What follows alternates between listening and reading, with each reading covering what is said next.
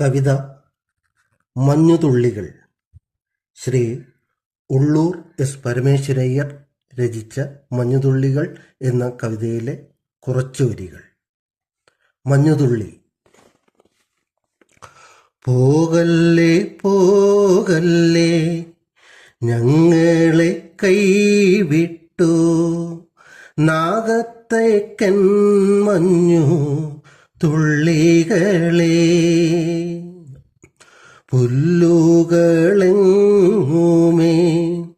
നിങ്ങളാൽ മിന്നുന്നു, കൽമൂടി ചൂടിന റാണിമാരായി.